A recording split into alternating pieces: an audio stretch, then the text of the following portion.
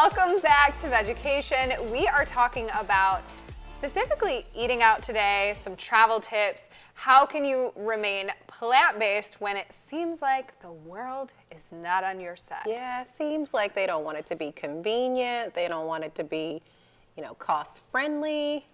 Sometimes I get a little angry and I just stay home. I would say now living in Colorado, Denver is a much more vegan-friendly city than living in Virginia or Michigan, where I lived prior, or even Kansas City. Kansas City had a few things, but wasn't a huge vegan-friendly area either. So I feel like if you go out to D.C., there's a lot more. Yes. Yep. And there's a lot better variety, and you have a lot more options. But I have a question for you. What types of restaurants do plant-based well, and maybe which ones don't do it so well? American. If anyone invites you to a steakhouse for dinner and you're plant-based, if you don't want to just eat broccoli, don't go. Don't go. Because that's all they have, is maybe potatoes and maybe broccoli. And the potatoes probably have meat on them. Or butter, or sour cream, or bacon. Oh gosh. Or all of it, really. Oh no. Yeah, so avoid a lot of American restaurants. They're doing better. Some of them have the Beyond Burger, some of them have the Impossible Burger, some of them have a black bean burger that tastes like cardboard. But again, if I'm going out, I'm trying to do it up, right? I'm not trying to just tolerate my food and get through the meal, because my husband cooks very well. Yes, he does. Yeah, if I'm gonna eat, I'd rather stay home and eat I his know food. that's right. Yes. Can I move in? 100%. I forgot about Jay being such a great cook. Yeah, I invite people to move in with us all the time, actually. I'm sure Jay loves it. He does. Our grocery bill is very low. So talking about some of the restaurants that are really great, any ethnic restaurant is going to be better. Chinese, Thai, Indian, Burmese, yes, Ethiopian. Love some good Burmese. Greek. Yeah. Who am I missing? Maybe Japanese? Japanese is also, they tend to be a little bit heavier on meat, but still good. Vietnamese is another good one. Korean? A little bit heavier on the meat again. Mexican is probably heavier on the meat. Mexican can be heavy on the meat. What you really want to watch out for at Mexican restaurants is always asking them if their beans are vegetarian. Okay. So a lot of times bean will be cooked in lard. So you just want to ask them, are your beans vegetarian? And again, is your rice vegetarian? Because that's another big one. The rice might not be. Yeah, a lot of times they'll cook it in beef stock, chicken stock, to give it that Gotcha. delicious, Flavor. meaty flavor. Gotcha. Yes. Okay.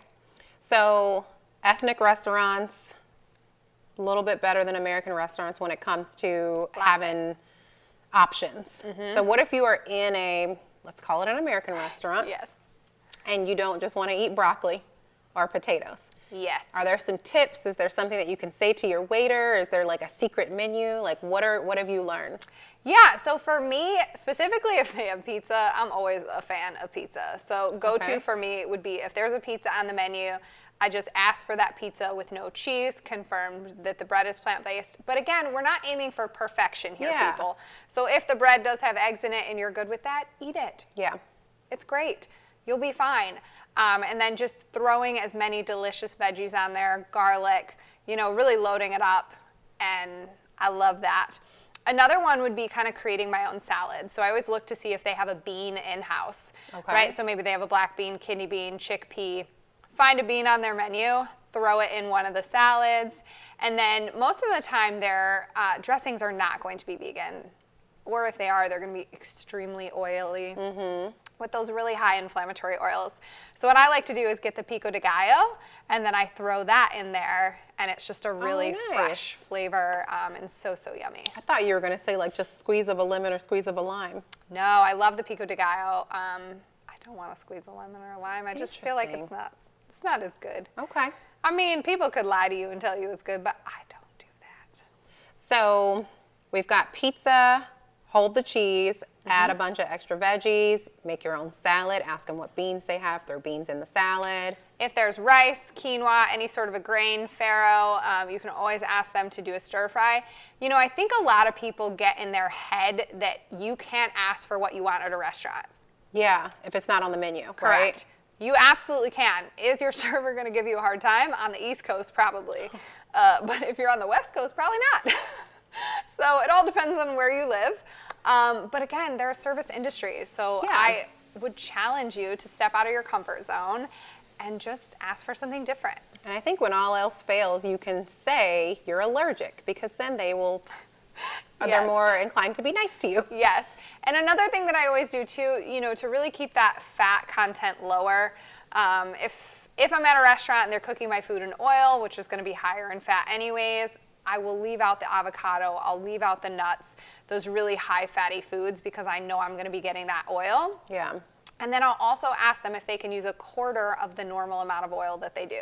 So if you think of a Mexican restaurant, right, when you get the fajita veggies, they're normally dripping with oil. Yeah. That's probably your fat content for 3 days. Oh my gosh. Yeah. So, even just asking them to either not cook them with oil or cook them with a quarter of it is going to be much, much better. Have you ever had success asking them, a restaurant, to cook things differently? Like, don't use oil, or do they give you a hard time with that? Absolutely. Do I think they spit on my food? Probably. But, I consider it building immunity. Oh, No, I hope they didn't spit on my food. But, there's always a chance. no. Yeah. So, okay. We talked about ordering vegan while you're in a restaurant. Let's talk about traveling. Yes. Because, like I said, when we brought in the episode, the last thing that you want to do is be somewhere where you're unfamiliar. You're not at home and you're hungry and you can't eat what you want. So what are some good tips for maybe traveling with snacks, or how do you travel and still eat plant-based? I'm a person who, for a while, I feel like I was going on the verge of orthorexia. And so what that is What? is Yes. The exactly. heck is that? Yes. Orthorexia is where you get to a point where you're so consumed with everything having to be healthy that it becomes unhealthy. So I really do allow myself treats in the junk food department, right? So bagged popcorn, maybe some chips. Okay. Maybe some Smart Sweets, right? Which are going to be, they have some vegan and non-vegan products for the Smart Sweets, which I love. Are those the ones that are like really high in fiber? Lower sugar, yep, but higher in fiber, and they're Okay. going to be the gummies, so your kids will love those.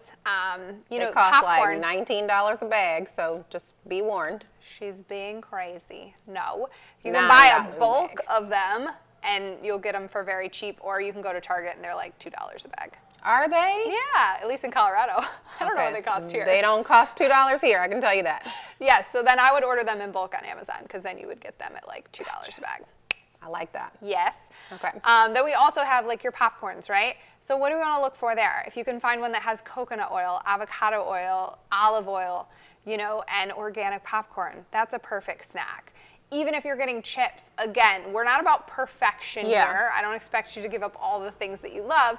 So it's just about leveling up. Yeah. So can I get an organic potato chip? The answer is yes. And I'm not expecting you guys to give up everything that you love, because I don't. My Yes. husband loves chips.